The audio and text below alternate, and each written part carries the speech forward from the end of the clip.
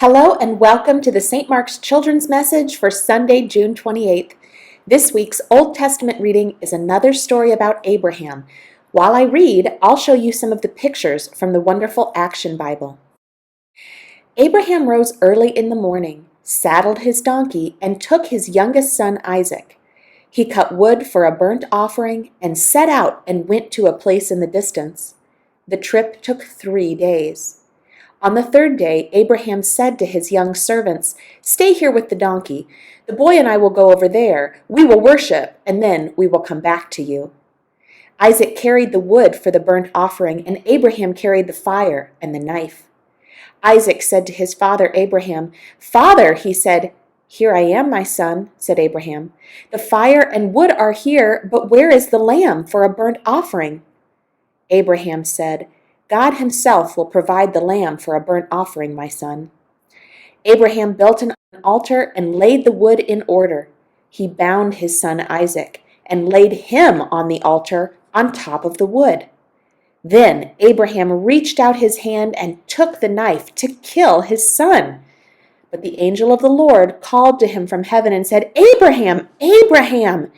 And he said, "Here I am."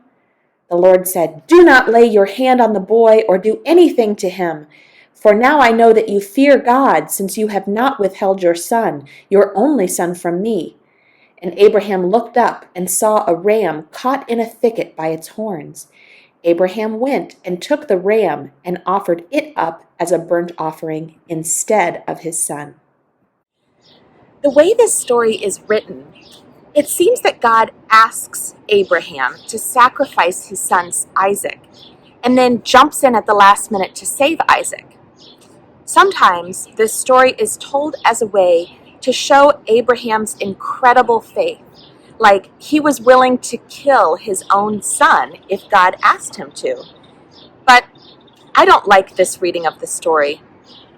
If you remember last week's video, you'll remember that I shared the story of how Abraham mistreated his slave girl Hagar and his son Ishmael. He sent them out into the desert to die. Now Abraham is taking his younger son Isaac up to the top of a mountain to kill like a wild animal. Is this the behavior of a good man? Does God like this sort of violence? I don't think so. What I see in this story is that God jumps in to save Isaac in the same way that he jumped in to save Hagar and Ishmael. I don't think God ever asked Abraham to hurt members of his own family. That wouldn't be God's way. But what is God's way? I want to share with you another really excellent book that is available to come and borrow at our Lending Library. It is called Maybe God is Like That Too.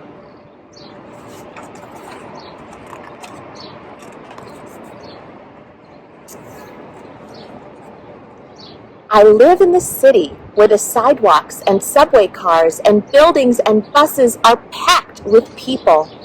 But I've never seen God before.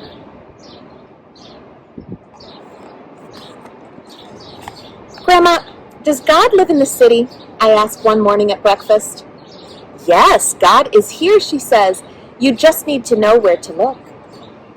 "Whenever you see love, joy, and peace, God is there," she says, stirring her tea. "Wherever there is patience, kindness, and goodness, God is there too. When you see faithfulness, gentleness, and self-control, that is God's Spirit at work." On the way to school, I'm on the lookout. I see a bus full of tourists and count 10 bright yellow taxis. I spy a man sweeping a stoop, and Grandma and I laugh when we see a tiny dog wearing a fluffy purple sweater. After school, Grandma hands me my lunch and hugs me close before she says goodbye. That's what love looks like to me. Maybe God is like that too. On the swings, I pump so hard I see over the wall into the alley. My friends shout, "Higher, higher," as my feet fly way up into the sky.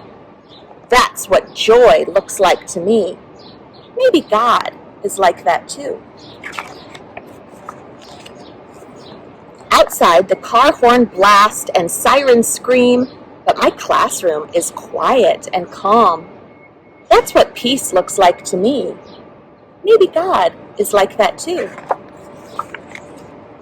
I try to tie my shoes, but the laces tangle around my fingers. My teacher sits down beside me and shows me how to tie them. That's what patience looks like to me.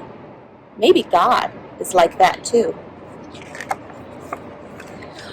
On the way home, I see a doorman wearing a red cape and a hat with a shiny brim. He's holding the door for a man using a wheelchair. The man moves very slowly, and the doorman chats with him and smiles. That's what kindness looks like to me. Maybe God is like that too. When I'm setting the table for dinner, there's a knock at the door. It's our neighbor from downstairs bringing us a loaf of bread. It is golden brown and warm and wrapped in a thin white towel. That's what goodness looks like to me. Maybe God is like that too. After dinner, I work on my homework while Grandma stands at the kitchen sink washing dishes and humming to herself, just like she does every single night. That's what faithfulness looks like to me. Maybe God is like that too. At bedtime, Grandma sits at the edge of my bed and sings me a lullaby and strokes my head. She tucks my blankets up close around me. That's what gentleness looks like to me. Maybe God is like that too. I lie in bed, watching the curtains flutter.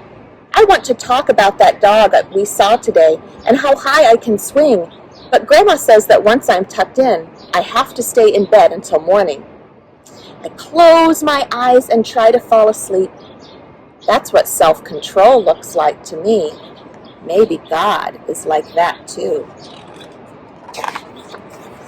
I saw God over and over again today whenever I saw love, joy, and peace, and wherever there was patience, kindness, and goodness. When I saw faithfulness, gentleness, and self-control, I saw God's Spirit at work. I don't see God the way I see my friends, or the streetlights, or the river, but I see signs of God's Spirit all around me, right here in the city. I know what God is like. Maybe I can be like that too. And here we have a little scripture. The fruit of the Spirit is love, joy, peace, patience, kindness, goodness, faithfulness, gentleness, and self-control. That comes from Galatians chapter 5. I hope you enjoyed this book. I hope that this week as you go out into the world, you can look for little moments of God at work. And remember that God is not about violence and anger and hurting. God is about love and joy and kindness and peacefulness, embracing everyone and giving them the love that they deserve. Have a wonderful week.